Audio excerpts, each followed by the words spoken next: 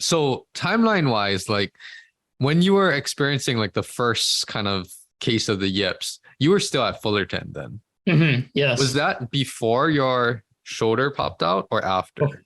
Before. Oh, so it was even before that. And Yeah. then your shoulder popped out. So when you injured your elbow, tore your UCL, how far out would you say that was from the shoulder subluxation? I'd say like exactly a year. Okay. Okay. Probably exactly. It was both they both happened in the fall. Got it. Got it. Yeah. So I'd say it was exactly 1 year. Got it. And then after that, I mean, you tore your UCL, and I mean, just to even continue that game, but even continue like a whole nother season, right? Almost a whole nother season. What was that like for you? Obviously, you're playing, right? But like you said, velocity had to have gone down. Like the pain was just, every single time you threw. Basically, how was your performance, I guess, compared to what you're used to playing like? I mean, it lacked. Mm-hmm. I think I became a different player, Okay. And a different person in that. Like it hurt to do everything, to hit, to throw, everything kind of took a toll. And again, I stopped working out very much. And at that point, like I hadn't really drank alcohol or, anything like that in the past. And I started to kind of drink with the guys, and I started to kind of get into that, and just to kind of, from what I was thinking, take my mind off of it. So I think as far as all that goes, I became sloppy. I became a very, back in high school and before high school, even my freshman year at Fullerton, I was a very regimented like person. I had these high standards for myself, and I had to meet those standards. Yes. Where at that point, when that happens, I would just kind of, you know what, I'm going to throw it all out the window, and that's it. I mean, I rehabbed my elbow a little bit there in Georgia and a little bit in Las Vegas. Okay.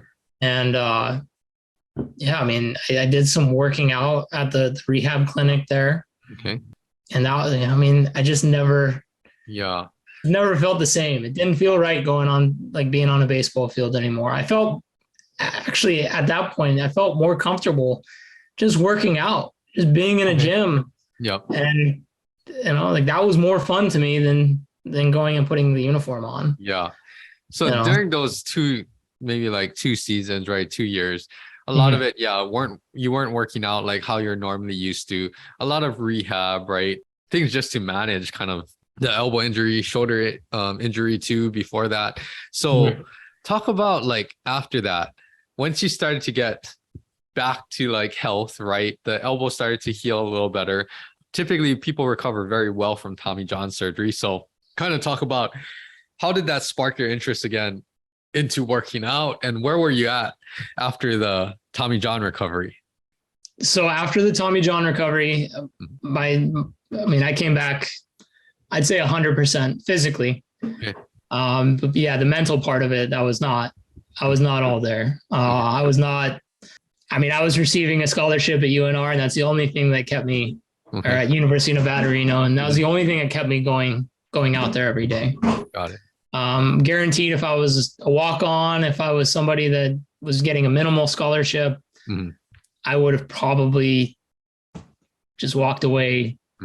Like as soon as I hit the field in the fall and realized, oh man, I don't have it at all anymore. It was bad. The ball didn't jump off my bat the way it used to. So I mean, I basically halfway through that season, I stepped away. I gave it up.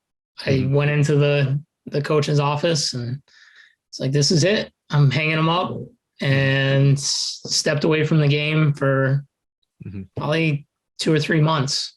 Got it. And just completely withdrew myself. And I think that was necessary to kind of get myself back in, not only like good mental, but getting back into physically, like physically my body, like working out. I mean, I started getting in the gym with our pitching coach.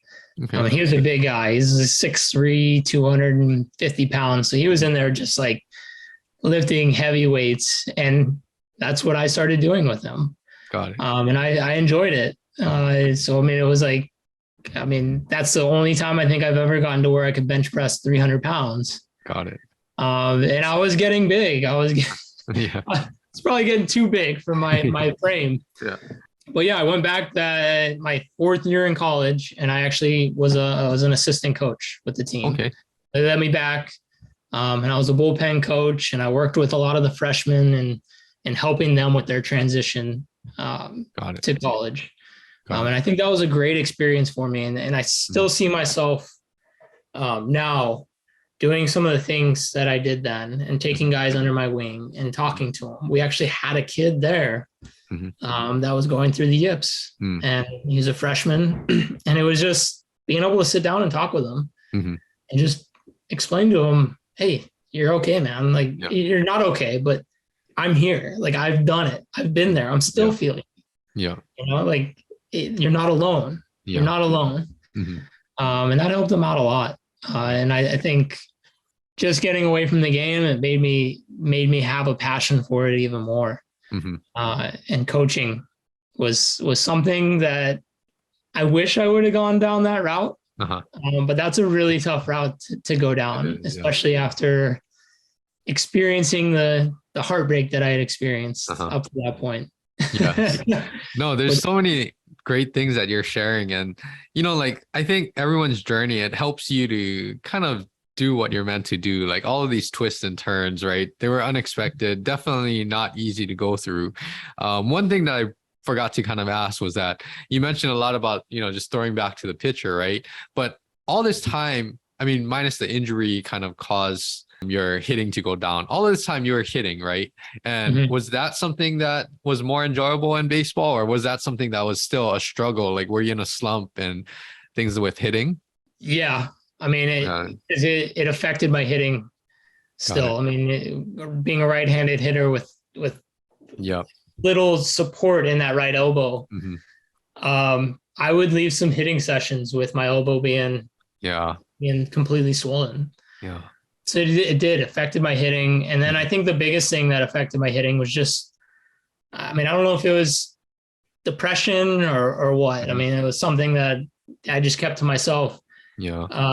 At that time, because I knew what I experienced before, but I kind of let myself go again. I was talking, like, I was filling pants out that, I mean, I'd never filled pants out like that before, like size 36 waist, filling those kind of pants out. And so I was letting myself go. And with that, and in addition to all the other injuries, just my hitting just went downhill. It just, I wasn't as quick. My hands were slow. I mean, we're facing guys throwing like, 90, and it should be fairly, good or fun to hit that. And it was just being blown right by me. Where I look back at Fullerton, and I mean, that was the last time that I really felt comfortable hitting. And it just, I was able to get into roles there. Hitting just, it wasn't fun. It was not fun for me anymore. So unfortunately, you kind of decided to hang it up, retire, right? And I know for you, that's hard, not only going through all of those obstacles and, adversity, but also there were points that you fully aspired to be a professional baseball player, right?